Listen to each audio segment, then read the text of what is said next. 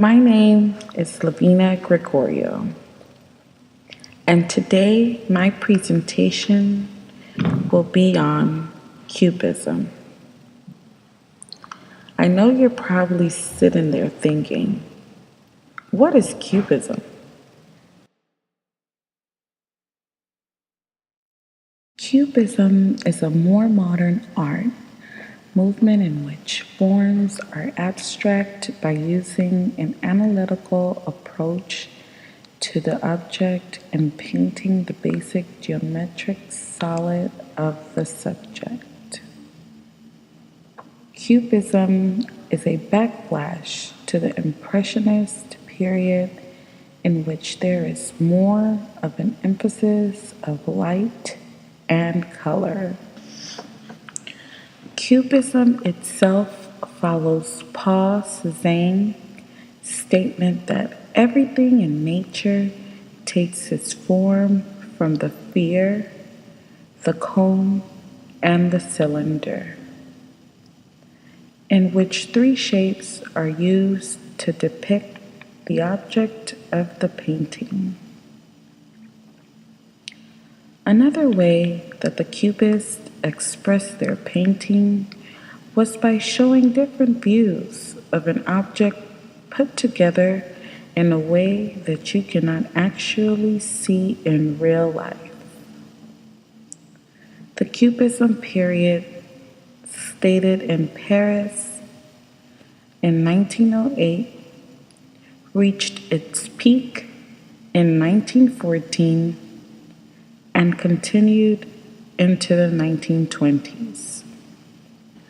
The leaders in the Cubist era were Pablo Picasso and Georges Braque. The leader I wish to focus on throughout my presentation is Pablo Picasso. Picasso was a Spanish painter, draftsman, and sculptor. He is one of the most recognized figures in the 20th century art. As you know, he is best known for co-founding the Cubist movement and for the wide variety of styles embodied in his work.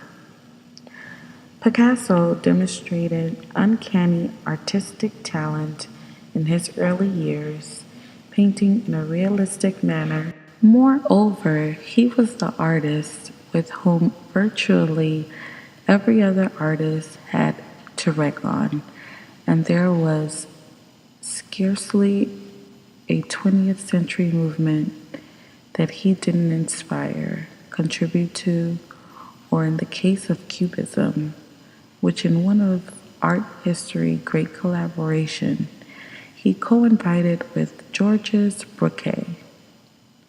Much of the story of modern sculpture is bound up with welding and assembling images from sheet metal rather than modeling in clay, casting in bronze, or carving in wood.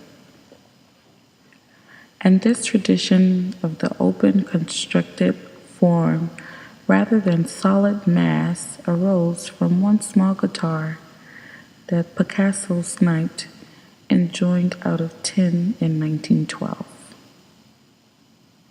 If collage, the gluing of previously unrelated things and images on a flat surface became a basic mode of modern art, that too was due to Picasso-Cubist collaboration with Braque. Picasso was regarded as a boy genius. But if he had died before 1906, his 25th year, his mark on 20th century art would have been slight. The so-called blue and rose periods, with their wistful, etiolated figures of beggars and circus folks, are not, despite their great popularity, much more than pendants to the late 19th century symbolism. Picasso had 4 children, Paul, Maya, Claude, and Paloma. He passed away on April 8, 1973, at the age of 91. Pablo Picasso stands alone as the most celebrated and influential painter of the 20th century. His technical mastery, visionary creativity, and profound empathy distinguish him as a revolutionary artist.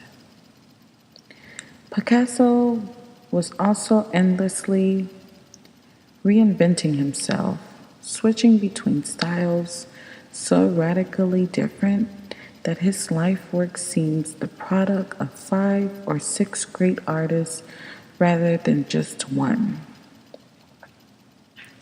Discussing his penchant for radical shifts in style, Picasso insisted that his career was not an evolution or progression.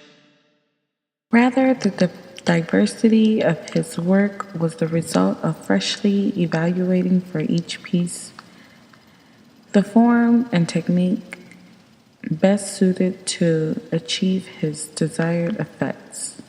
Whenever I wanted to say something, I said it the way I believed I should, Picasso said.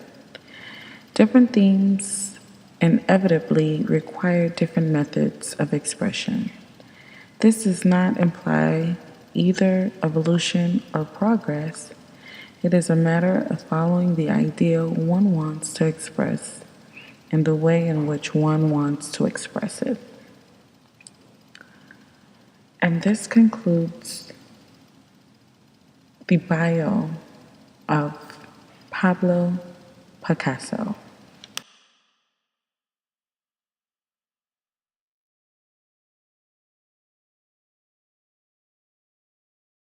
And now I present to you 3 of Pablo Picasso's famous Cubism portraits.